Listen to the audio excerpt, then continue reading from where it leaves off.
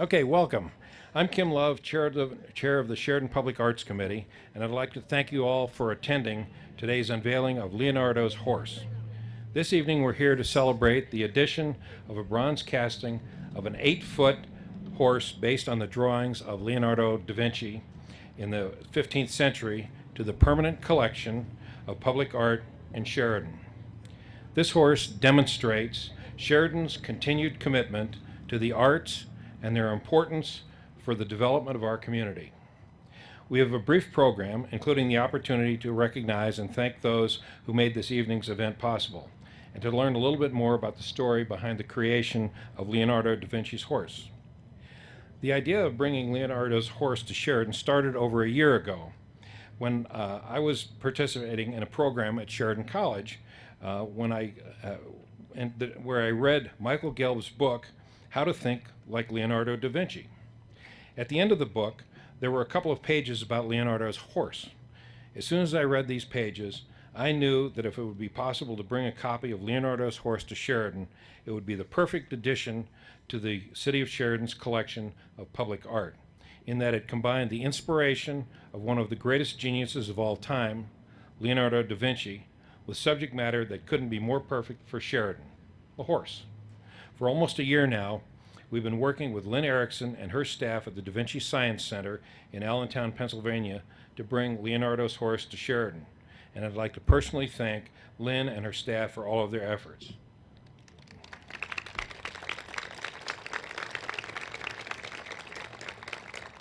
Mayor Heath, could you please make a few comments?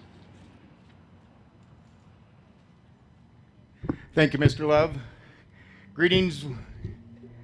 Welcome to Sheridan, Wyoming. Naturally.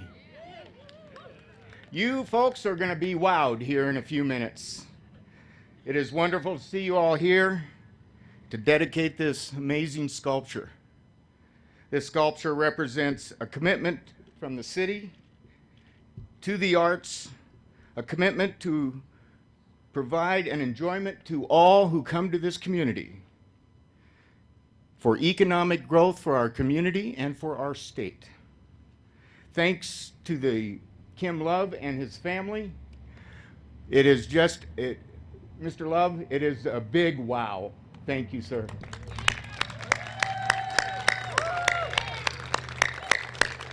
Your passion, sir, is just terrific, and we thank you so much for what you've done for our community. I would like to introduce Lynn Erickson, joining us from the Da Vinci Center in Allentown, Pennsylvania. Lynn is the Executive Director and CEO of the Science Center. Please welcome Lynn.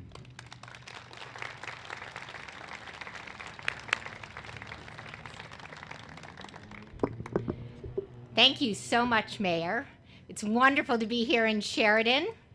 I want to congratulate the Mayor, Kim Love, the Public Arts Committee, and the City of Sheridan for the addition of Leonardo da Vinci's horse to your collection of public art.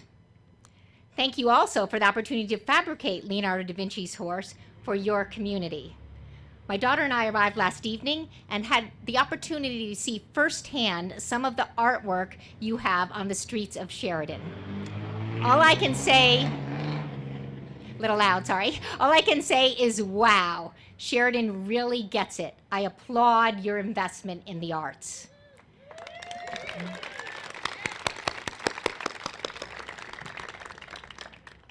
As the mayor said, I'm the executive director and CEO of the Da Vinci Science Center in Allentown, Pennsylvania. You might say, what does a science center have to do with Leonardo da Vinci's horse? In 2003, the Science Center, formerly with a different name, merged with Leonardo da Vinci's horse, the organization responsible for realizing Leonardo's dream to fabricate a horse in bronze, a 24-foot horse. In a few minutes, you'll learn a little bit more about Leonardo da Vinci's horse and Charles C. Dent, the individual responsible to conceive the idea to create a horse based on the drawings of Leonardo da Vinci. Today, the Da Vinci Science Center is a hands-on science center that is about exciting young people and individuals of all ages about science and about connecting science with the arts and inspiring individuals of all ages to think like Leonardo. As Kim said, that book by Michael Gelb, How to Think Like Leonardo, we want to inspire young people to be curious, to be creative, to use their imaginations, and if they do that, imagine the success they'll have in the future. Charles Dent's dream to fabricate a horse, 24-foot horse in bronze, demonstrates that anyone can do extraordinary things on a world stage. Today at the Da Vinci Science Center, we inspire individuals of all ages to pursue their dreams. And now I would like to invite the sponsors of Leonardo da Vinci's horse in Sheridan, Wyoming, to approach the podium and maybe come stand over to my left, your right. So we want Frackleton's, the Phoenix Limited Partnership, Sheridan Johnson Community Foundation. I'm going to introduce all of you when you get up here. Sheridan Media, the Sheridan Public Arts Committee, and the Wyoming Community Foundation, and of course Kim and Mary Kay Love, to come up over to my left.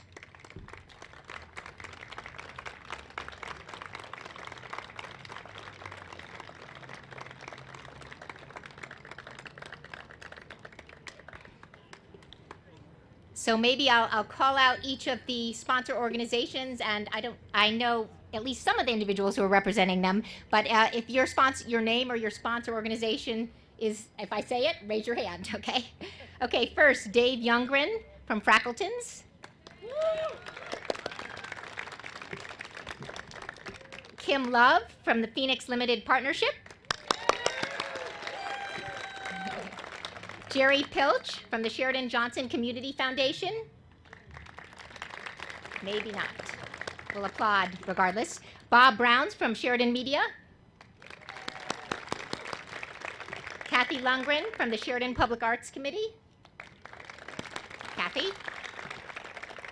Lolly Benz Plank from the Wyoming Community Foundation. And Kim and Mary Kay Love. Thank you for your commitment to the arts and Sheridan. Without your support, none of this would have been possible. Let's give them one more round of applause.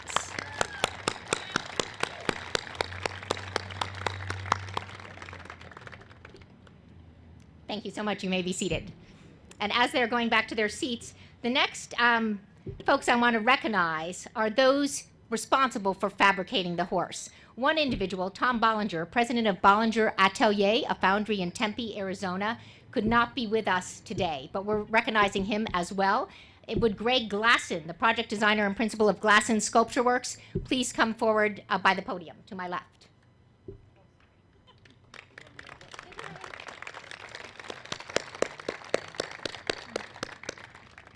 Greg, I don't know what to say, actually. We owe all of this to you. And the detail, the quality of the work, your responsiveness and follow through. You are the best supplier, contractor I have actually ever worked with, not just on the horse. But thank you for the masterpiece you've created. And let's give him, and also Tom, who's not here, a round of applause.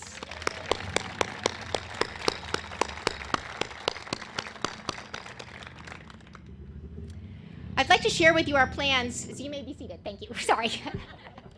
I would like to share with you our plans for 2 short videos. One tells the story of Leonardo da Vinci's horse, and the second has captured the art and science of how we fabricated your horse, the Wyoming horse.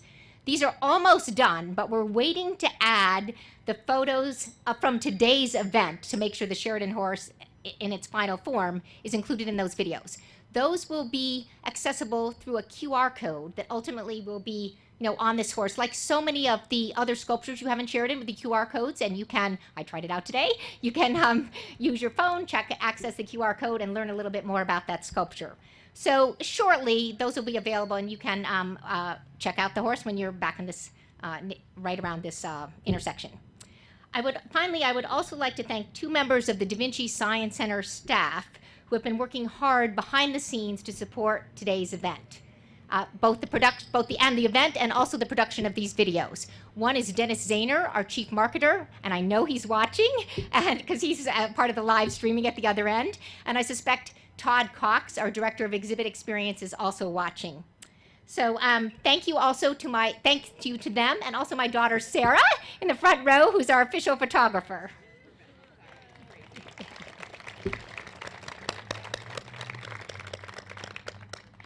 And now I would like to ask Peter Dent to approach the podium to tell us more about the story of Leonardo da Vinci's horse. Pete is a colleague, friend, former president and CEO and trustee of Leonardo da Vinci's horse, and actually was also the chairman of the Da Vinci Science Center. So we're thrilled that he could join us today because he knows the true story and was all a part of the 24-foot horse and how it happened. Pete.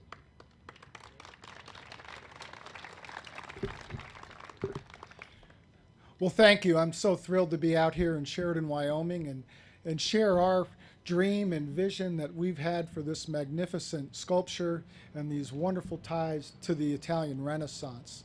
And there are a lot of sculptures that are built in the world. This one to me is very special for a few reasons. It's a story of emotion. It's a story about dreams being finally fulfilled. Many of you may well know the story that in the late 15th century, Leonardo da Vinci, when he came to Milan, one of the things that he told the Duke he could do was to build a grand sculpture of a horse in honor of his father. And at that time, the Italians felt very strongly that the horse was just the mounted rider was the ultimate figure in terms of art.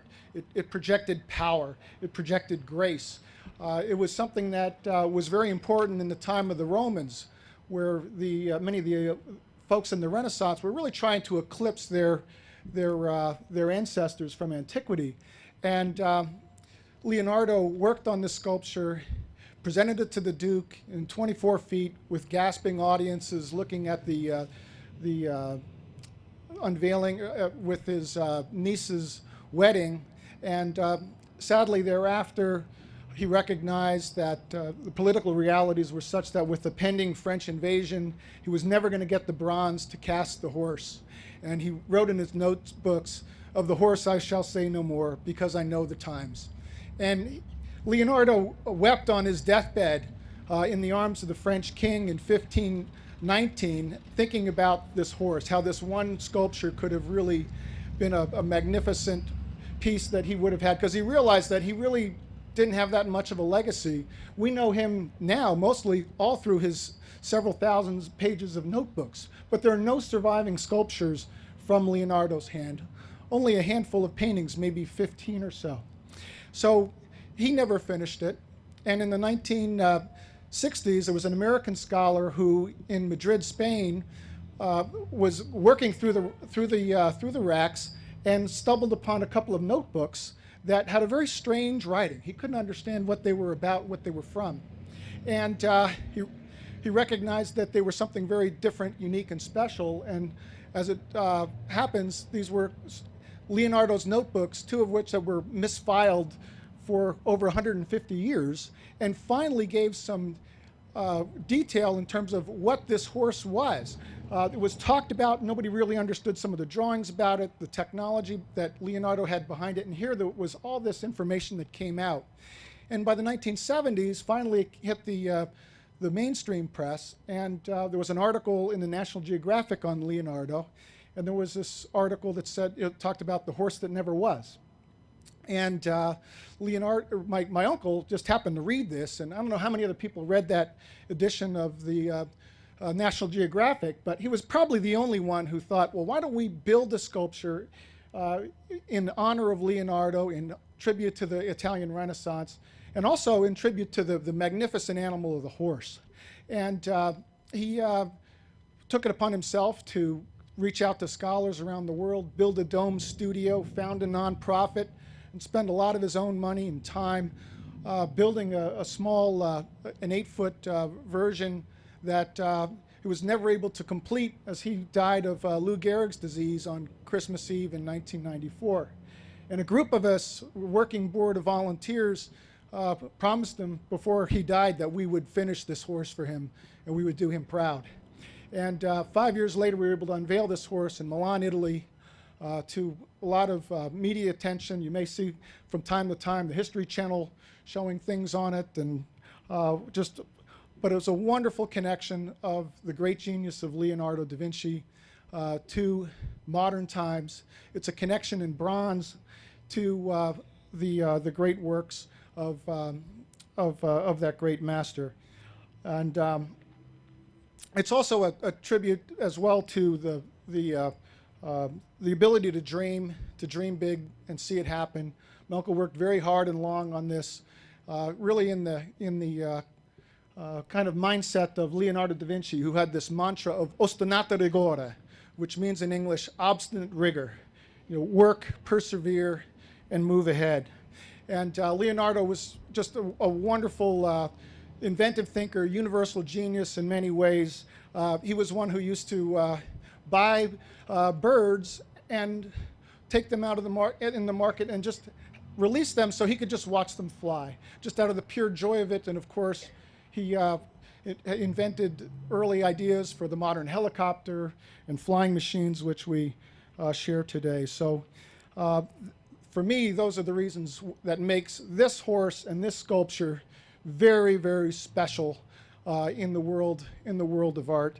And we're so pleased that the community here in Sheridan, Wyoming, has opened up their community to receive this sculpture and be a part of this legacy, this history, this dream. So with that, I say grazie mille per tutto. Thank you very much.